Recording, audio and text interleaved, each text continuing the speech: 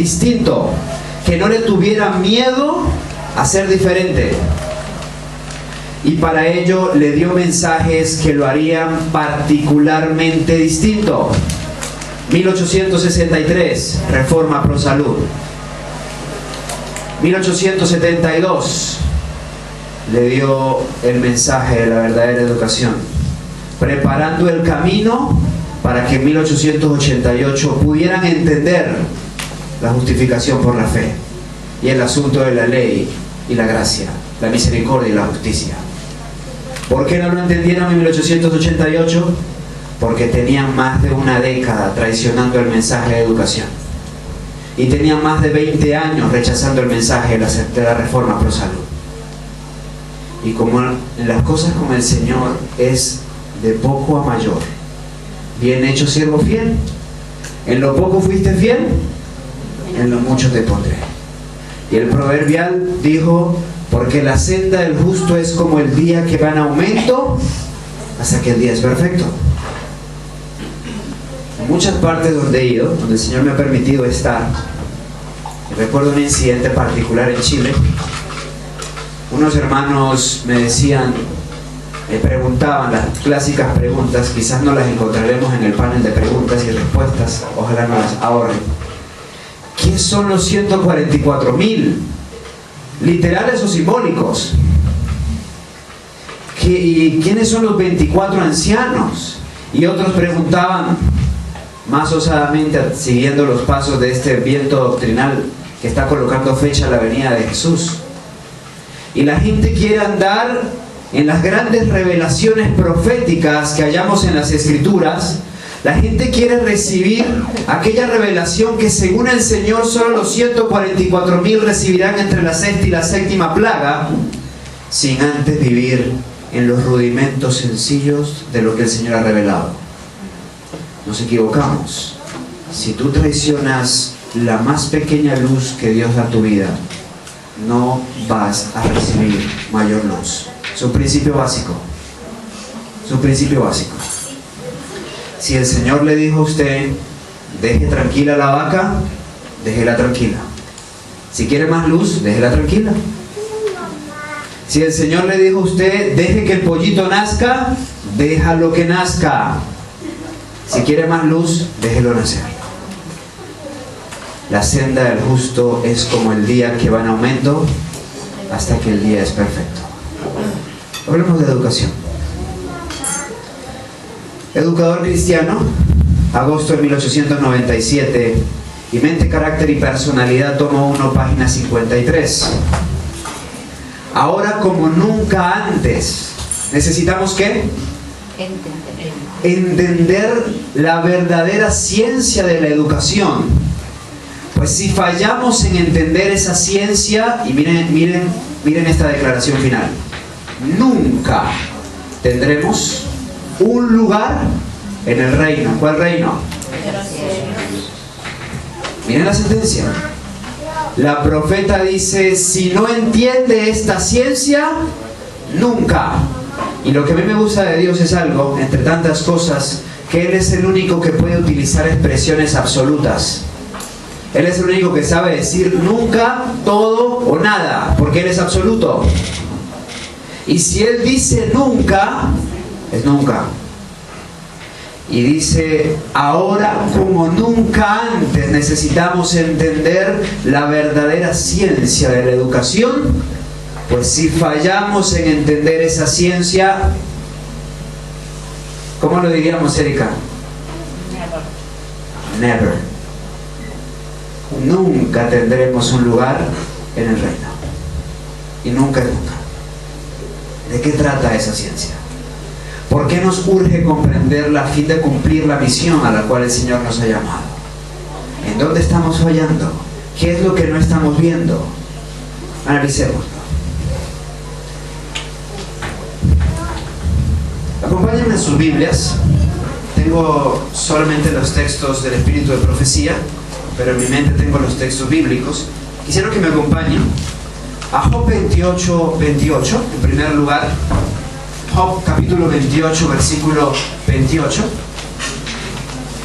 Y le voy a pedir a Julio que con trompeta de Dios nos lo pueda leer puesto de pie. Y a Jeremías, por favor, que nos ayude a leer Proverbios 9:10. ¿Está bien, Jeremías? Proverbios capítulo 9, versículo 10, Jeremías. Y Job 28:28, Julio, por favor.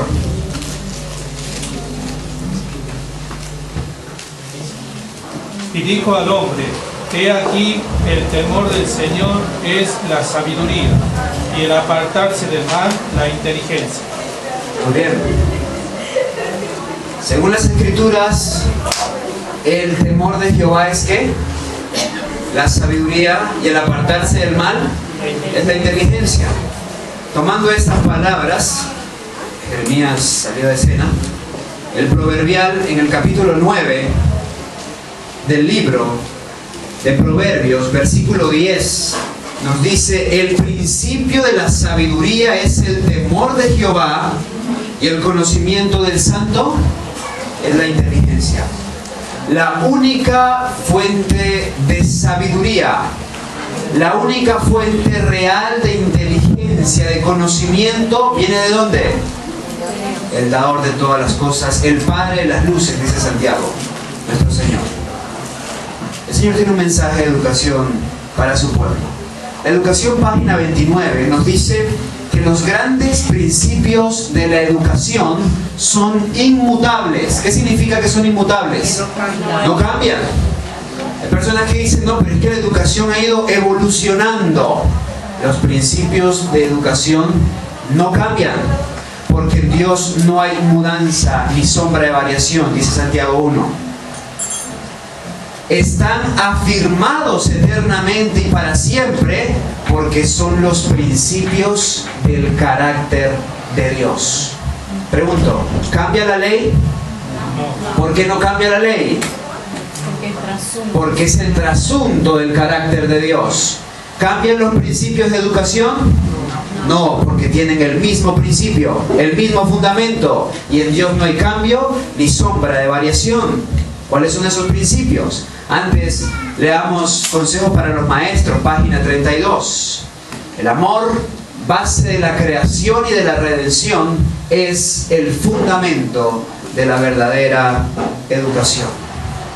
Pero pregunto, ¿es el amor de Dios eso que nosotros creemos que es solo misericordia y permisividad? Pregunto, ¿se refleja el amor de Dios en su acto final de destrucción de todos los impíos? ¿Hay amor de Dios ahí? Sí. A ver, hermanos, el Señor vendrá después del milenio y viene con la nueva Jerusalén y todos los redimidos, donde por la gracia del Señor espero estar junto con todos ustedes. Desciende la nueva Jerusalén y se levantan miles de millares de impíos, desde los antediluvianos hasta los últimos, que estarán de pie en la segunda venida de Cristo.